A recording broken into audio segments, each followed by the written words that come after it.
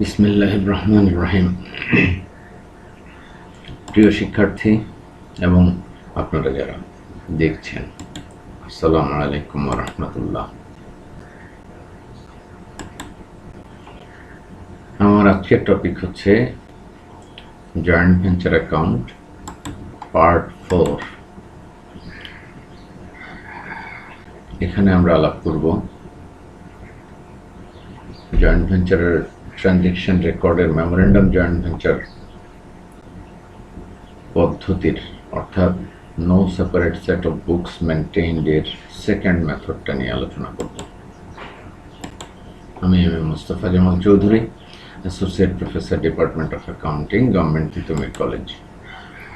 আমরা এখানে দেখতে পাচ্ছি যে পূর্ববর্তী 3টা লেকচারে আমরা একই জিনিস দেখেছি যে আসলে মেথডগুলো কি কি। আমাদের আজকের বিষয় হচ্ছে when separate set of books are not maintained. Case 2, when each co-venturee keep records of own transactions only. সেক্ষেত্রে কি করতে হয়?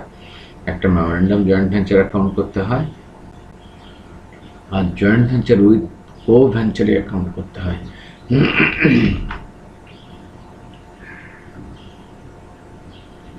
তো এখানে একটু সংক্ষিপ্ত হেডিংগুলোর মাধ্যমে আমরা আসলে কি করতে যাচ্ছি সেটা বুঝতে পারবো। when separate set of books are not maintained, when each co-venturer keep records of own transactions only,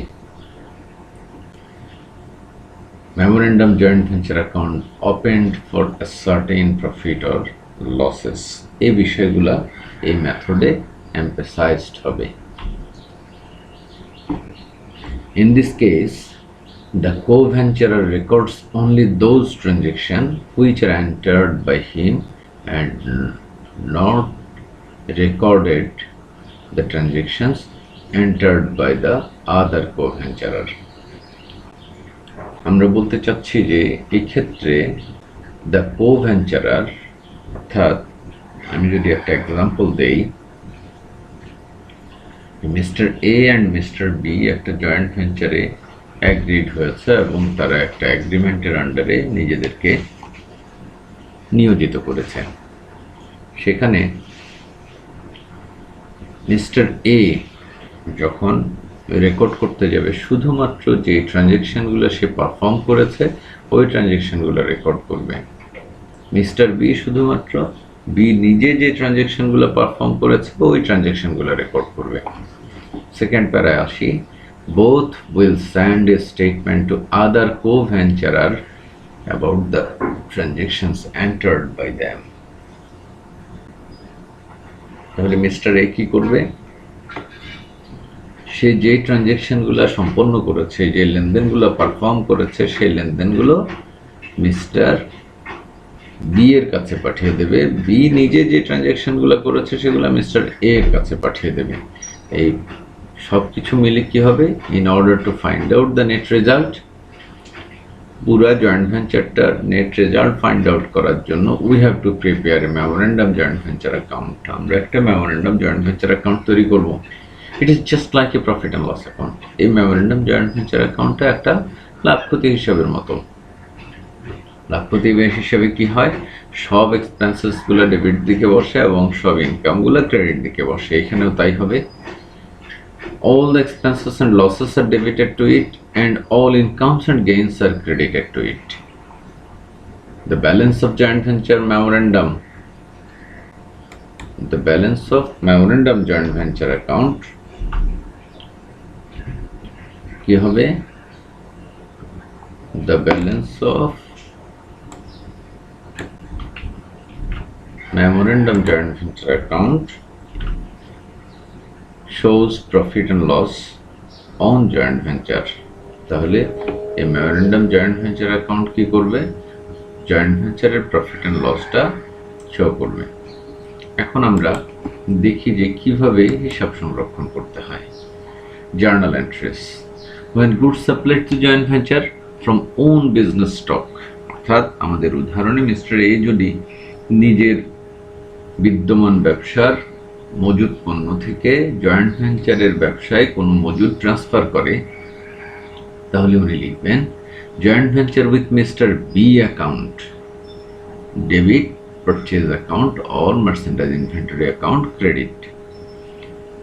second জাবেদা, উনি যদি নগদে কোনো ব্যয় নির্বাহ করেন জয়েন্ট ভেঞ্চারের জন্য, তাহলে এটা হতে পারে কি, এটা হতে পারে যে কোনো এক্সপেন্সেস, যেমন গোডাউন রেন্ট, ক্যারেজ, এই জাতীয় যে কোনো ধরনের খরচ যদি নির্বাহ করে, অথবা জয়েন্ট ভেঞ্চারের জন্য পণ্য ক্রয় করে নগদে, যাই হোক, বলবে joint venture account with mister B account debit cash অথবা ব্যাংক অ্যাকাউন্ট ক্রেডিট।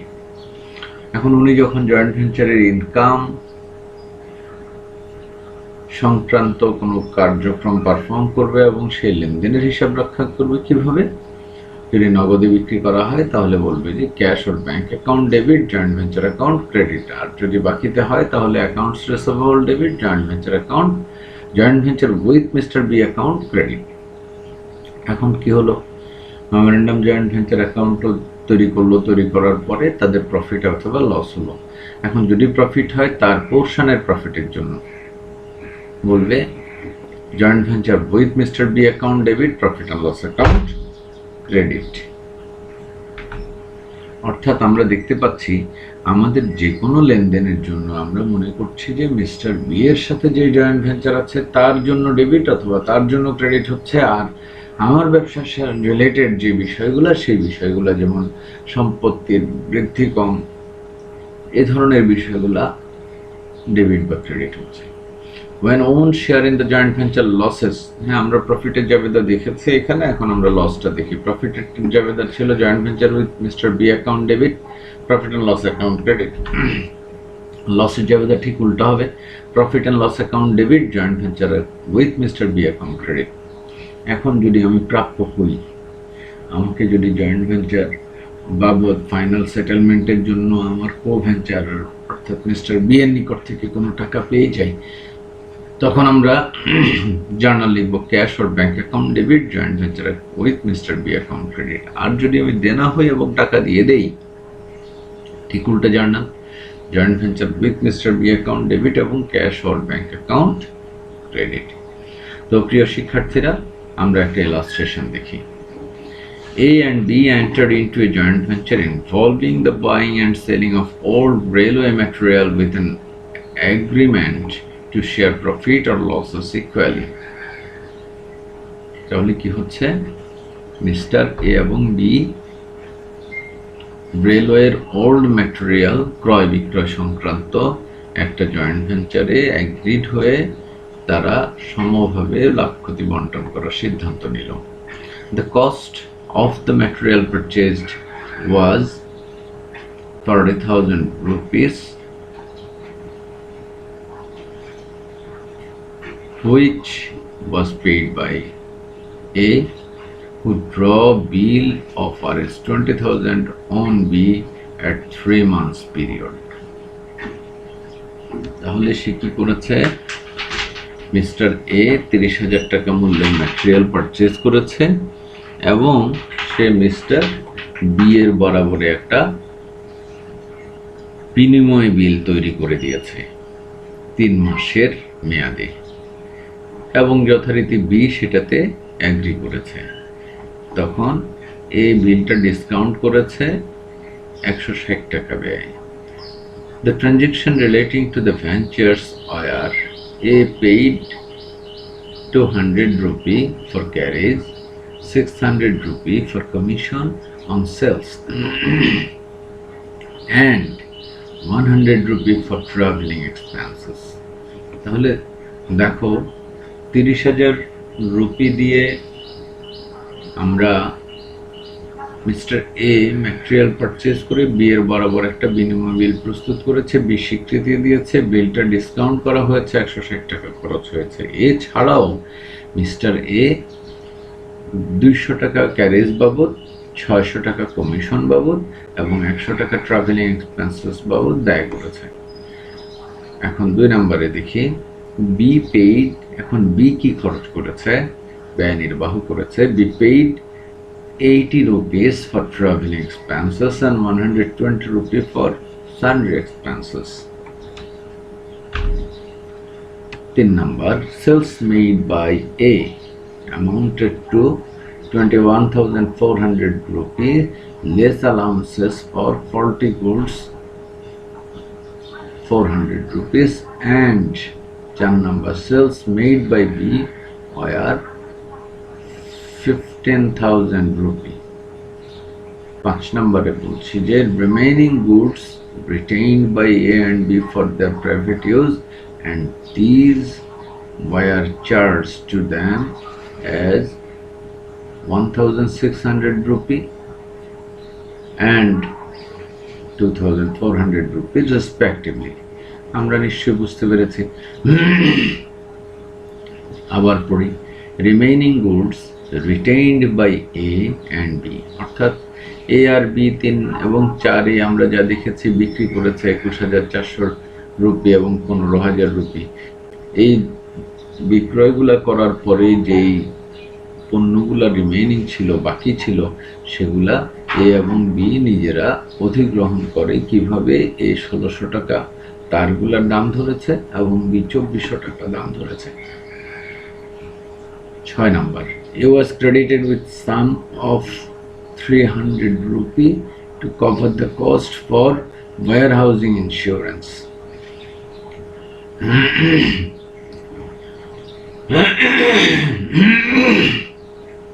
Sorry.